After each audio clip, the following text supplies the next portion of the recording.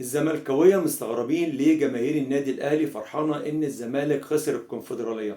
أنا هنا هجاوب على السؤال ده، بس قبل ما أجاوب حابب أقول إن لا تشجيع النادي الأهلي أو جماهير النادي الأهلي للزمالك هيفرق مع الزمالك في شيء، ولا تشجيع جماهير نادي الزمالك للأهلي هيفرق في شيء. كل نادي مكتفي بجماهيره وهو ده المهم. أنا هجاوب على لساني أو عن نفسي، وأعتقد إن معظم جماهير النادي الأهلي إن لم يكن كلها زي حالاتي. زمان كان في قنوات الاي ار تي كانت بتاخد حق بس مباريات البطولات الافريقيه زي البين سبورت. دلوقتي كنت بنزل على القهوه بشجع نادي الزمالك في بطولات افريقيا بنفس الروح بنفس الحماس كاني بشجع النادي الاهلي بالظبط. طبعا الكلام ده كان قبل ظهور السوشيال ميديا.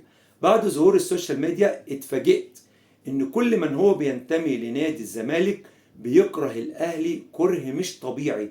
بتوصل لدرجة ان النادي الاهلي لما بيكون عنده مباريات في افريقيا في دول خارجية ان بيخشوا على صفحات الاندية دي ويسخنوا الجماهير حتى بإلصاق تهم بالكذب زي الشيك بتاع حكم او الكلام ده كله، عشان يسخنوا الجماهير ضد الاهلي دون اعتبار ان دول ابناء بلدهم وممكن يتعرضوا لاي مشكلة او ايذاء في الدول دي. ده كله مش مهم عندهم، المهم الاهلي يخسر.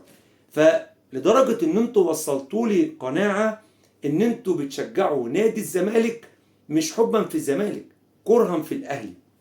دي حاجة. الحاجة التانية، النادي الاهلي او جماهير النادي الاهلي لما بتخسر بطولة ما بيفرقش معاها مين يكسب البطولة، يكسب الزمالك يكسب بيراميدز يكسب. انا خسرت بطولة بلعب باسم وسمعة وكيان النادي الاهلي بغض النظر عن مين اللي يكسب، ما بيفوت مباريات ولا ليه في القصة دي كلها. تخيل انتوا بقى كزمالك لو انتوا في ايديكم ان انتوا تفوتوا مباراة لاسماعيلي او غيره عشان خاطر الاهلي يخسر بطولة، بتعملوا الكلام ده. فاحنا ملناش حسابات، احنا طالما خسرنا بنبص لسلبياتنا ونعرف احنا خسرنا ليه عشان نرجع للمسار بتاعنا تاني، وبنفضل نلعب في البطولة بشرف بغض النظر عن ان مين اللي يستفيد. والكلام ده مظبوط لحاجات استفاد منها الزمالك في بطولات افريقيا وبطولات محلية. استفاد الزمالك من ورا فوز الاهلي، كان ممكن الاهلي لو مش عايز كان هيعملها ويخرج الزمالك، لكن الاهلي بيلعب بشرف عكس اللي انتوا بتعملوه.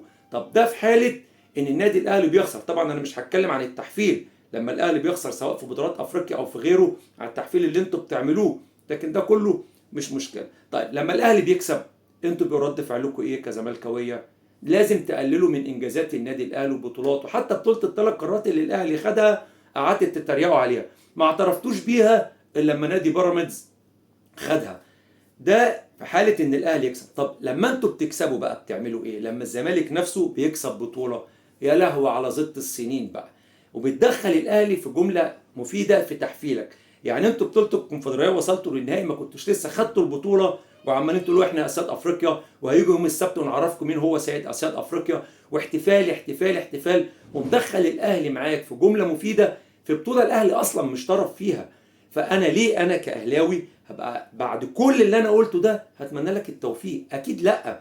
مش بس عشان انا مش انا احنا كجماهير النادي الاهلي ما يفرقش معانا تكسب البطوله ما تكسبش البطوله، احنا يهمنا احنا نكسب.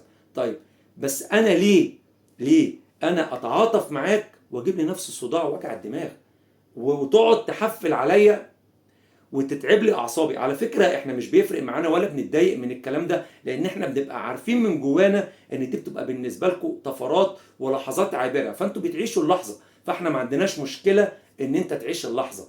بس طالما انا قدامي ان انا اتمنى لك عدم التوفيق واضيع عليك حتى اللحظه اللي انت بتعيشها دي، انا ضيعها عليك، طب انا ما اعملهاش ليه؟ لا اكيد مش هتمنى لك التوفيق. فالمشكله مش عندنا احنا، المشكله عندك انت. عارف انت لو تفرحوا مع نفسكم وتتباهوا بناديكم مع نفسكم ما تدخلوش الاهلي في جمله مفيده، صدقوني والله انتوا ممكن تلاقوا ان جماهير النادي الاهلي قبل جماهير نادي الزمالك راح على الاستاد بتشجع الزمالك.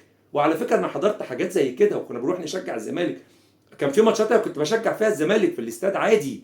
لكن انتوا ردود افعالكم هي اللي خلتنا احنا نعمل الكلام ده. فانتوا لو تصفوا من جوه وتبقى نيتكم صافيه كده، حتى لو تفرح مش لازم تتمنى مكسب الاهلي، بس على الاقل ما تبوحش بكرهك، شجع فريقك وافرح بفريقك من غير ما تدخل الاهلي في جمله مفيده واعلامك يقعد يلقح ويعمل الكلام ده. بعد كل اللي انا قلته ده هل انت منتظر مني انا كمنتمي للنادي الاهلي وجماهير النادي الاهلي ان انا اتعاطف معاك حتى لو ما يهمنيش البطولة او انا مش طرف فيها، اكيد مش هتمنى لك التوفيق.